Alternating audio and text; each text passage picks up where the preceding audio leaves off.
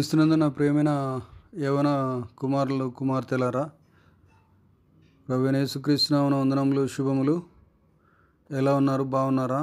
మీరందరూ బాగున్నారని తలంచుతూ మీ అందరి కోసం ప్రార్థనలు చేస్తున్నాము. మీరు రాస్తున్న ఎగ్జామ్స్ కొరకు, ప్రిపేర్ అవుతున్నటువంటి ఎగ్జామ్స్ కొరకు, జాబ్స్ కొరకు ప్రిపేర్ అవుతున్న వారందరి కోసము ప్రార్థన చేస్తున్నామని తెలియజేస్తున్నాము. యవనస్తులారా, యవనస్తులు బలవంతుని చేతిలో బాణముల వంటి వారు అని వాక్యం సెలవిస్తూ ఉంది. కాబట్టి దేవుని చెంతకు రండి, ఆయన మీ వద్దకు వచ్చును. క్రీస్తునందు నా ప్రియమైన వారలారా, ఈ మధ్యాహ్న కాల సమయంలో దేవుడు మీతో మాట్లాడమన్నాడు కాబట్టి మాట్లాడుతున్నాను. తిరిగి దేవుని దగ్గరికి రావాలని దేవుడు కోరుతున్నాడు. ఈ లోకాశలు, శరీరాశ, నేత్రాశ, జీవడంబము తండ్రి వలన కలిగినటువంటివి కావు. అవి అపవాది సంబంధమైనవి. కాబట్టి వాడు వేసే ఉచ్చులో, వాడు వేసే బంధకాల్లో ఇరుక్కొని మరి నరకానికి వెళ్ళిపోవద్దని దేవుడు మీతో మాట్లాడమని చెప్పమన్నాడు కనుక నేను మాట్లాడుతున్నాను. ప్రియమైన వారలారా, దయచేసి అపార్థం చేసుకోకుండా దేవుని సన్నిధికి రావాలని మనవి చేస్తున్నాను. కృపతో జ్ఞాపకం చేసుకుని దేవుడు మీకు సహాయం చేస్తాడు. దేవుని ఆశీర్వాదాలు ఉంటే మీరు ఏదైనా ఆయన కోసం చేయడానికి సిద్ధమైనటువంటి వారుగా మార్చబడతారు. కాబట్టి యవన కాలమున నరుడు నా కాడిమయటం మేలని దేవుని మాటలు సెలవిస్తున్నాయి యవనస్తులారా. కాబట్టి మీకు ఏదైనా చేయగలడు, ఆయన మీకు ఏదైనా చేయగలడు. ఎందుకంటే ప్రాణం పెట్టేంతగా మీకోసము ఆయన బలియాగమయ్యాడు కదా ప్రియులారా. తాను మీ కొరకు అప్పగించుకున్నాడు. కాబట్టి మీరు తన కోసం అప్పగించుకోవాల్సినటువంటి బాధ్యత యవన కుమారుల మీద, కుమార్తెల మీద ఉన్నది.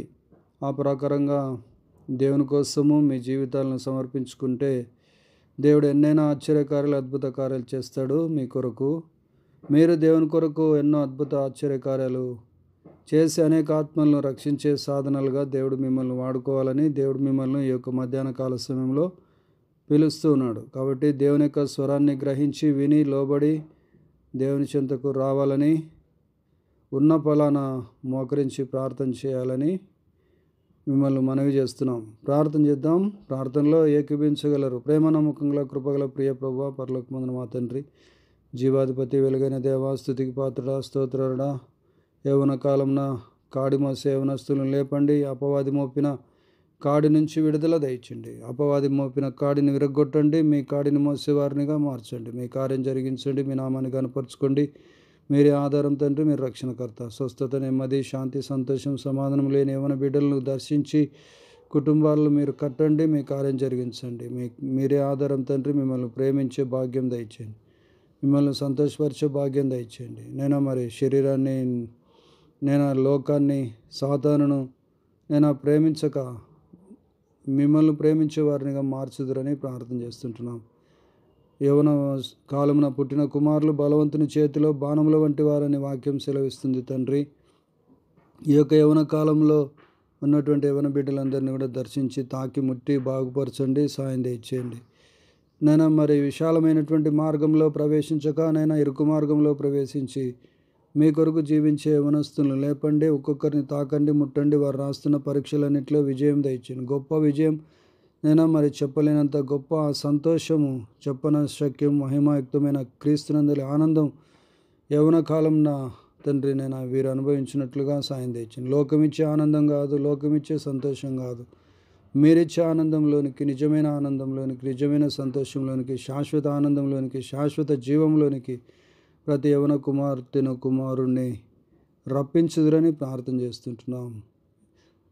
యెహోవా ఉత్తముడని రుచి చూచి ఎరిగినటువంటి యవన కుమారులను, కుమార్తెలను లేవనెత్తండి, సాయం దయచేయండి. ప్రతి విధమైన అవసరత కలిగిన వారిని, దుఃఖంలో ఉండేవారిని, బాధపడేవారిని ఓదార్చండి.